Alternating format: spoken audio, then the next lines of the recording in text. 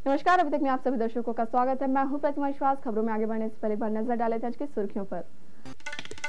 Lanco power plant के नाम पर की जाती है कोयले की अफरा तफरी। ट्रांसपोर्टरों का चरित्र उजागर। चोरी के कोयले का कोठारी में किया जाता है भंडारण। छत्तीसगढ़ के राज्यपाल सार्वजनिक प्रतिष्ठानों और उद्योगपतियों से है नाराज। शहीद दिवस मनाया गया, दी गई शहीदों को श्रद्धांजलि। और सूर्योपासना के पर्व छठ पूजा की तैयारियां पूर्ण। कोरबा में हजारों हाथ उठेंगे सूर्य भगवान को अर्घ्य देने के लिए। अब खबरें विस्तार से। छाल स्थित खदान से लैंको तक लाए जा रहे कोयले की बड़े पैमाने पर हो रही अफरा तफरी उजागर हुई है। उर्गा पुलिस ने इस मामले में 4 ट्रकों को जब्त किया है। पता चला है कि लैंको प्रोजेक्ट में बड़ी गाड़ियों को तौलने की सुविधा नहीं होने का फायदा ट्रांसपोर्टरों ने उठाया और कोयले का कुछ हिस्सा बाहर के डिपो में खपाना शुरू कर दिया। उर्गा चौकी के बाहर खड़ी इन विशालकाय ट्रकों में से 3 खाली हैं, जबकि एक में कोयला भरा हुआ है। उर्गा पुलिस को देर रात इन चारों ट्रकों के नंबरों के साथ सूचना मिली कि इनमें रायगढ़ जिले के छाल स्थित खदान से लैंको प्रोजेक्ट के लिए कोयला लाया जाता है, लेकिन कोयले का कुछ हिस्सा कोरबा चापा मार्ग पर स्थित डिपो में उतार लिया जाता है और इसकी खबर कोरबा से लेकर छाल तक पहुंच गई। उर्गा पुलिस ने दिन भर इस मामले को दबाए रखा। दोपहर के वक्त जब कुछ मीडिया कर्मी यहां पहुंचे तो पुलिस कर्मियों ने रात से बिठाए रखे से भगा दिया। शंका होने पर अभी तक की न्यूज टीम ने काफी दूर जाकर इस गार्ड को पकड़ा। ब्यूरो रिपोर्ट अभी तक। कोहरिया स्थित एक कंपनी के साइट से लाखों रुपए की केबल चोरी का पुलिस ने पर्दाफाश कर दिया है। पुलिस ने इस मामले में 2 ट्रेलर चालकों के साथ एक कबाड़ व्यवसायी को भी गिरफ्तार किया है, जिसके यहां से 3 ड्रम केबल मिला। सीसीबी चौकी प्रभारी ओपीसी ने बताया कि केबल को हाइड्रा से एक ट्रेलर में लोड कर रायपुर ले जाया गया था। यहां अड्डे तक माल पहुंचाने के लिए एक और ट्रेलर का इस्तेमाल किया गया। छत्तीसगढ़ के राज्यपाल ESL नरसिम्हन ने कहा है कि ग्रामीण क्षेत्रों में स्वास्थ्य सुविधा उपलब्ध कराने के लिए गंभीर प्रयास की आवश्यकता है। राज्यपाल ने उद्योगपतियों पर कटाक्ष करते हुए कहा कि सिर्फ औपचारिकता पूर्ण करने के बजाय सार्वजनिक प्रतिष्ठान अपना सामाजिक दायित्व समझें। राज्यपाल श्री नरसिम्हन मंगलवार को कोरबा प्रवास पर पहुंचे। मीडिया से चर्चा के दौरान राज्यपाल ने बताया कि 6-6 महीने में 3-3 मुद्दे लेकर काम करने की जरूरत है। इनमें पूरे प्रदेश के हर वर्ग और हर क्षेत्र की आवश्यकताएं शामिल हो। ग्रामीण क्षेत्रों में स्वास्थ्य सुविधा के चरमरा जाने पर राज्यपाल ने कहा कि कोर्स कंप्लीट करने के बाद चिकित्सकों को ग्रामीण क्षेत्रों में कुछ वर्ष सेवाएं देना अनिवार्य कर देना चाहिए। सार्वजनिक प्रतिष्ठानों द्वारा सामुदायिक विकास के नाम पर की जाने वाली खानापूर्ति पर भी राज्यपाल ने कटाक्ष किया। राज्यपाल श्री नरसिम्हन ने कहा कि सार्वजनिक प्रतिष्ठान अपना दायित्व निभाएं, ऐसा प्रयास किया जा रहा है। छत्तीसगढ़ के राज्यपाल ने नक्सलवाद को लेकर मीडिया में आ रही खबरों पर ऐतराज जताया। उन्होंने कहा कि पत्रकारों को अपनी जिम्मेदारी समझनी होगी। राज्यपाल ESL नरसिम्हन ने पत्रकारों से चर्चा में अपनी नाराजगी यह कहकर व्यक्त की कि पत्रकारों के पास मारे जा रहे जवानों के लिए आंसू बहाने के लिए समय नहीं है, बल्कि वो हमेशा गलतियां खोजते रहते हैं। रिपोर्ट अभी तक। 21 अक्टूबर को शहीद दिवस मनाया गया। इस अवसर पर पुलिस लाइन में कार्यक्रम आयोजित किया गया, जिसमें पिछले 1 साल में देश भर में शहीद हुए 827 अमर जवानों को श्रद्धांजलि अर्पित की गई। इस समारोह में अधिकारी, राजनेता और पुलिस के जवानों ने हिस्सा लिया।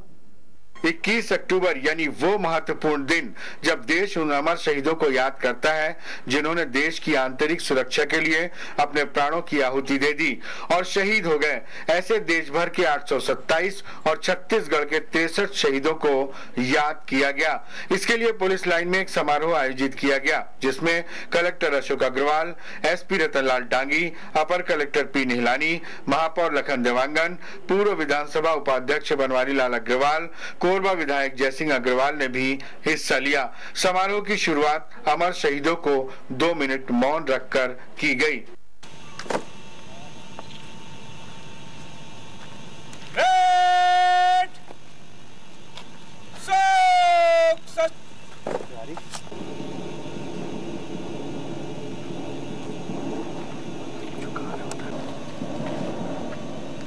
ने देश के लिए अपनी जान कुर्बान करने वाले अमर शहीदों को श्रद्धांजलि अर्पित की। ब्यूरो रिपोर्ट अभी तक। गोड़ी राखर बांध के भूविस्थापितों को आज पर्याप्त न तो फसल की क्षतिपूर्ति मिल पाई और न ही नौकरी। पिछले 4 सालों से CSB प्रबंधन और प्रशासनिक अधिकारियों का चक्कर काटकर थक चुके ग्रामीणों का कहना है कि उनकी मांगे पूरी नहीं हुई तो वे राखर बांध को ही तोड़ देंगे। कलेक्टर के पास फरियाद लेकर आए ये सभी ग्रामीण ग्राम गोढ़ी और पंडरी पानी के हैं। सीएसबी द्वारा गोढ़ी में बनाए गए एच डैम के लिए इन किसानों की जमीन अधिग्रहित की गई थी। उसके अलावा लगभग 50 एकड़ फसल राखा डैम की वजह से खराब हो गई, जिसके एवज में सीएसबी प्रबंधन ने क्षतिपूर्ति राशि देने और प्रत्येक पट्टे पर नौकरी देने का वायदा किया था। कलेक्टर टाइस श्याम सुंदर खूटे ने बताया कि फरवरी 2005 में उनसे नौकरी के लिए नामांकन भरवाया गया, लेकिन अब तक उन्हें नौकरी नहीं मिल पाई। उसने बताया कि फॉर्म अब तक कलेक्ट्रेट ऑफिस में ही है।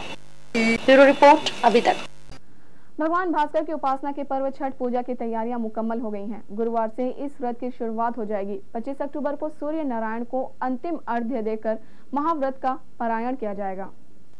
कोरबा के दर्जनों घाटों पर छठ पूजा की तैयारियां की जा रही है। नदी, नाले, दर्री बांध, तालाबों के किनारे 24 अक्टूबर की शाम अस्त होते भगवान सूर्य को अर्घ्य दिया जाएगा। 25 अक्टूबर की सुबह फिर से भगवान भास्कर को अर्घ्य देकर महाव्रत पूर्ण किया जाएगा। अखिल भारतीय गोल्ड कप महिला फुटबॉल चैंपियनशिप का शुभारंभ 20 अक्टूबर को इंदिरा स्टेडियम में छत्तीसगढ़ के राज्यपाल महामहिम ESL नरसिम्हन ने किया।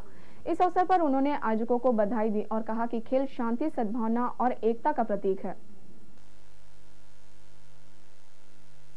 अखिल भारतीय गोल्ड कप महिला फुटबॉल चैंपियनशिप, जिसकी तैयारी काफी दिनों से की जा रही थी, ट्रांसपोर्ट नगर स्थित इंदिरा स्टेडियम सज धज कर तैयार था मेहमान खिलाड़ियों का स्वागत करने के लिए।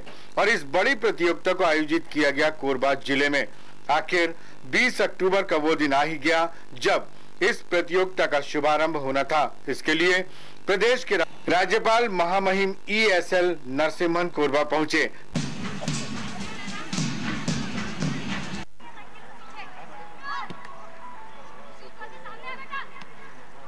ब्यूरो रिपोर्ट अभी तक।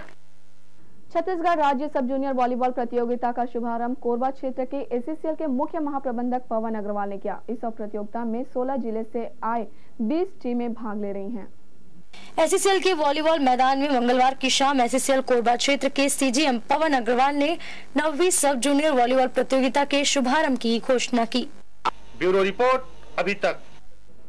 DAV पब्लिक स्कूल कुसमुंडा में ऑल इंडिया महात्मा हंसराज आर्यन टूर्नामेंट का उद्घाटन हुआ। उद्घाटन समारोह में बतौर मुख्य अतिथि ACCL के डायरेक्टर पर्सनल राधे श्याम सिंह उपस्थित थे।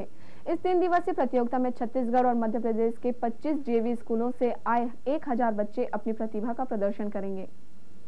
बच्चों के सर्वांगीण विकास के लिए खेलकूद प्रतियोगिताओं का आयोजन होता रहना चाहिए। बच्चों के मानसिक और बौद्धिक विकास के साथ शारीरिक विकास भी होना आवश्यक है।